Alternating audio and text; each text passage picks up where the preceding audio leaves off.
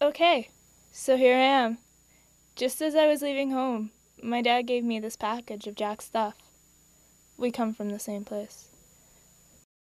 I'm just kind of an outcast because, I have, I have to go into town to go to school, right? And people don't really understand, fishing. What's that? Why would you want to do that? And you're not even keeping the fish, you're releasing them. It doesn't make any sense. And people don't really understand the area I'm talking about. They well, yeah, a couple mountains. How interesting is that? I kind of have to make that transition into society every time I go back to school. It's horrible. I mean, it's like every time I go out there, I just feel so much fear. I'd like to tell you about Alex Jack. He was a hero straight out of the past, the kind that almost doesn't exist anymore. But I'm really not sure. In fact, I know I don't know Jack.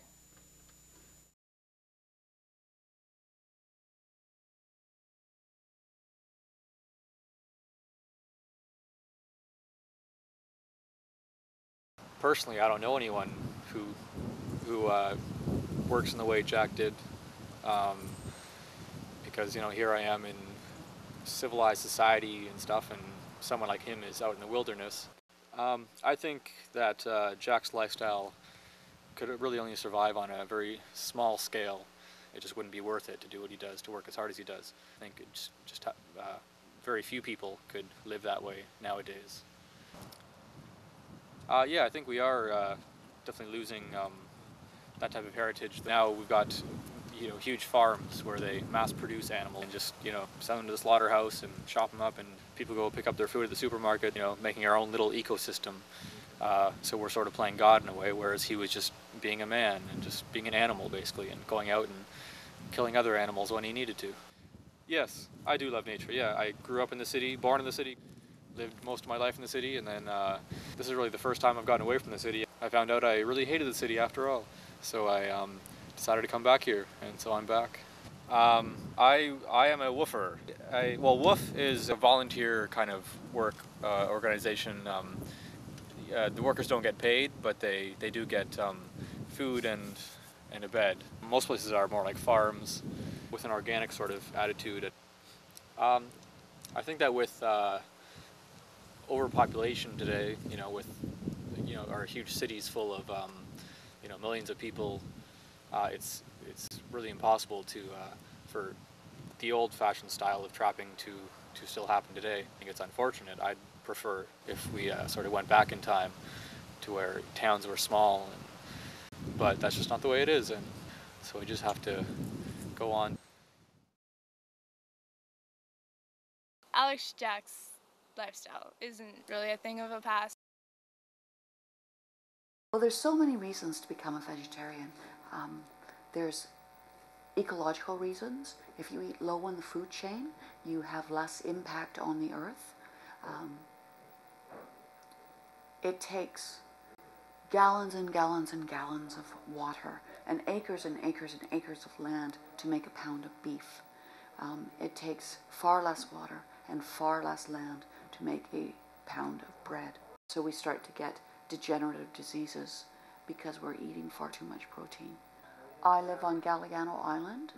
I live here because my grandparents lived on Saturna, and I always wanted to live on the Gulf Islands. I was a wildlife toxicologist. I studied the effects of anthropogenic chemicals on wildlife, that is to say man-made chemicals that we release into the environment. Do you feel that this was a feasible way of supporting himself and his family? Clearly it was. Lots of people did it, and made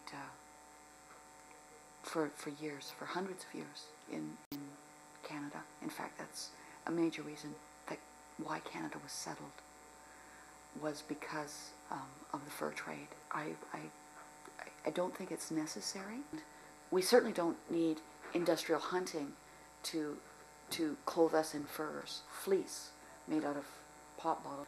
Fleece can do the job better than fur at this point. I mean, we all make different choices. I can appreciate that Jack made a choice that suited him. it gave him an opportunity to live in the bush. I've met a lot of people on Galliano Island who are like Jack. You know, they make those choices so that they can live in the same place that I want to live.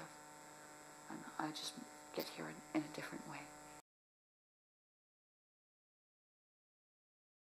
Okay, so here I am again, looking at Jack's life through the eyes of others.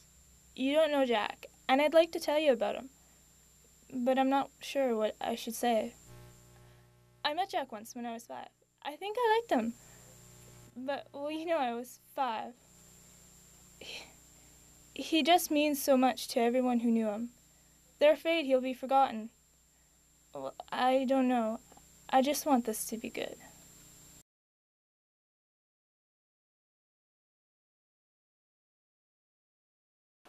I think I'd like to start off with an explanation of who Jack was and your feelings towards him, what he meant to you. Okay, here we go. Oh, do you want me to say my name or anything? Oh, yeah. Okay. My name is Leslie Boot, and I live in Smithers. And I met Alex Jack for the first time at Highland Post in 1974. And he was a guide. Oh, I got a little concerned and kept asking him, well, how did you do this? And how did you do that? And you have to cross rivers. I said, how on earth did you do that? And I think by this time he was bored or irritated or maybe just tired. And he said, oh, we built a raft, like I was a complete and utter dimwit. This was in 1978 when, again, I was back at Highland Post being a cook. We had 2 young camp workers, shall we say, who were supposed to split wood and deliver water to the cookhouse and just do odd chores. And one day, I think it was Alex's idea, actually, that it was time for a new outhouse to be dug, not too far from the cookhouse. So these 2 boys, probably aged 15, 16 or so, went out there with gear and pickaxes and shovels, and away they went. A little bit of bitching and whining and complaining on their end. It wasn't the funnest thing to do. Anyway, they got down about 3 feet, which, of course, as everyone knows, is not near enough for an outhouse. And it began to rain quite heavily. So they stomped into the cookhouse and flopped down at the table and said they couldn't continue on with the job because it was raining. And Alex, who was sitting there, just looked him in the eye through his lovely rose-colored glasses that he always wore, and he said, well, isn't that what your rain gear is for? In a very gentle, mild manner. And so these 2 boys sort of shrugged their shoulders, dug their rain gear out from wherever it was, and went back to working. He was an ultimate gentleman. Alex Jack just stood out as a gentleman of true honor and grit. He was always clean and tidy. Just brought a touch of wilderness elegance.